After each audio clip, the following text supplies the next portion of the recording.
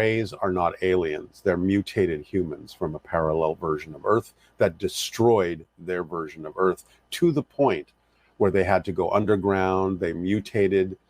Their eyes got bigger to see in the dark and all this kind of stuff, but they had to mutate to survive. They tried cloning themselves to save their civilization, and that didn't work.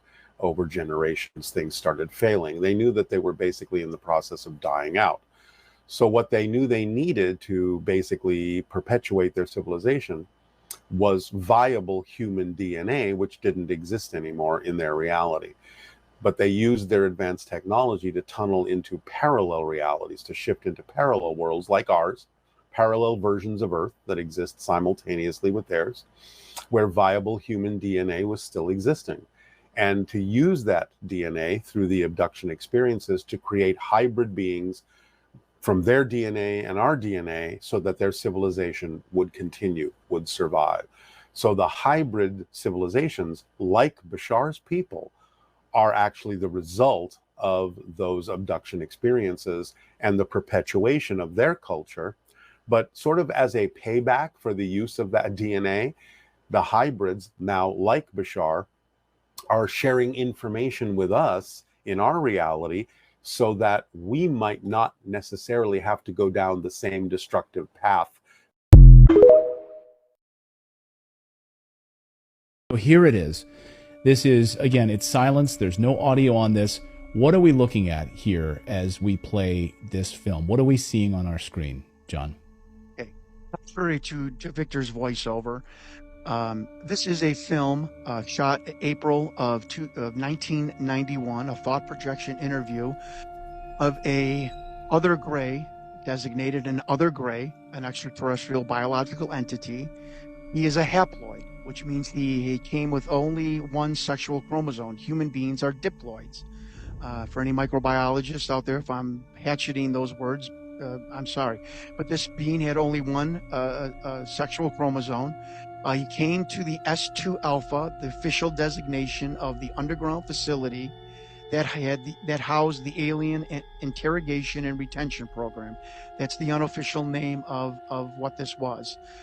They call these interview suites the ambassador suites because the government did try for the care and did treat these and look at these beings, and still do, as ambassadors from other planets and other dimensions. And if you hear David Grush coughing on his words, it's because he doesn't want to tell you that some of these beings are from other dimensions.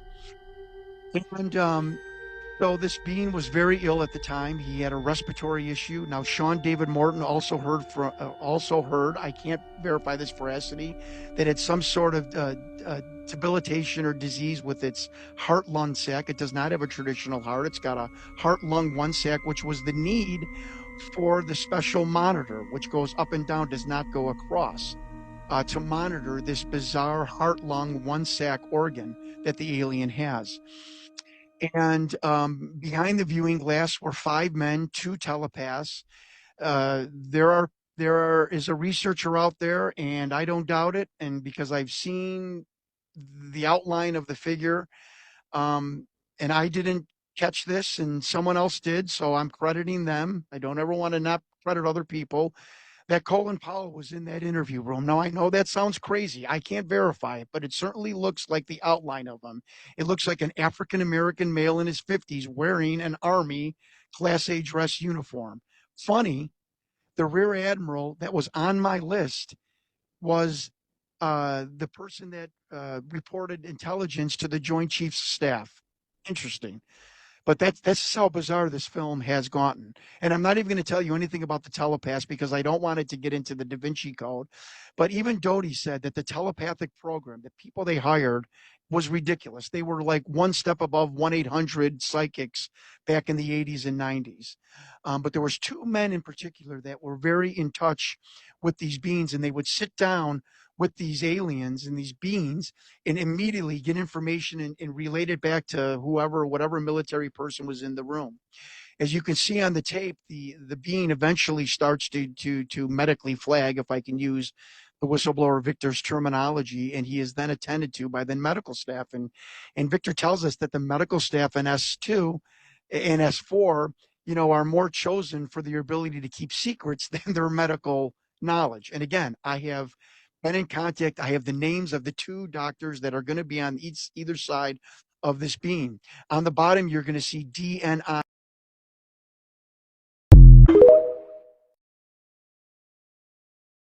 This is a snapshot of the film that was smuggled in 1991 out of a facility just south of Area 51. If I am truly in danger, that means that this film and this being is real, and God help me. But if I'm truly in danger and this being is real, that means the extraterrestrial program is also real. And I say, God help us all.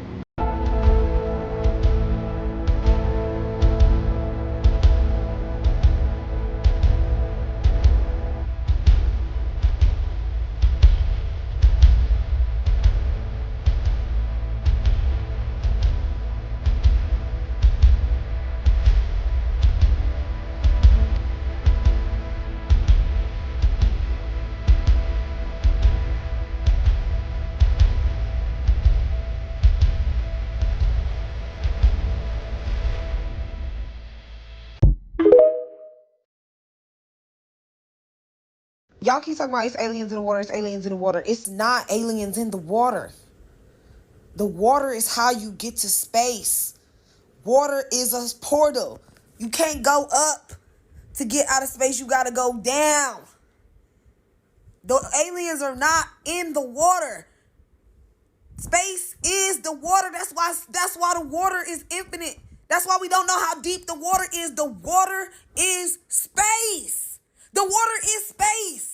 The aliens are coming through the water from space. Water is space. The water is space. After a while, the water just turned to space. It's space. That's where space at. I don't know what's so hard. Like, this is not a hard concept to understand. That's why every time y'all see a rocket, that motherfucker blow up. You can't escape the firmament from the top. You got to go through the bottom. TikTok, please do not ban me for this. Can we expose the real reason why dinosaurs are not here today? I'm not taking any chances. So they said white dinosaurs are extinct because an asteroid hit the Earth. Well, my theory is that they were killed by the aliens. I mean, just hear me out. So these asteroids just hit directly all over the planet, killing all of the dinosaurs. It gotta be something else for me. You're telling me these asteroids hit all of the dinosaurs and they're all just went extinct? Well, I say them asteroids were actually missiles. I know you're probably like, why would aliens come kill the dinosaurs? And I could only think of human evolution. Now, in ancient Sumerian text, there is this group of deities called Anunnaki. It is said that they created humans, engineering our DNA and having advanced technology. You know, UFOs, all of that. It's gonna be hard to keep the humans alive while dinosaurs are surrounding the Earth. And I'm not just making this up, they have put these theories in movies. Prometheus and a Marvel one called The Eternals. Now, in the Marvel movie, they were supposed to upgrade humanity's consciousness to a very high vibration and destroy the planet. Same thing in Prometheus. Now, there has been talk about dinosaurs being on the center of the Earth also. You know, Hollow Earth theory, where China found an underground forest. If you've ever watched the movie Journey to the Center of the Earth, they went there and they saw dinosaurs. Now, if you don't believe me, it's fine. But the government has told us that they spotted UFOs, they know that higher beings exist, and all of that. So did this Anunnaki group, or aliens, whatever you want to call them, missiled off the dinosaurs for the evolvement of humans? It's just kind of hard to believe that the destruction of dinosaurs came from asteroids. I mean, they already showed us in the movie Jurassic World how it is living with dinosaurs. We wouldn't be able to survive, so they had to get off the planet. Or go someplace where we're not there. I mean, they all can't be extinct. But let me know what y'all think. Stay dangerous. He doesn't have much time. Okay, finally tell me. What is this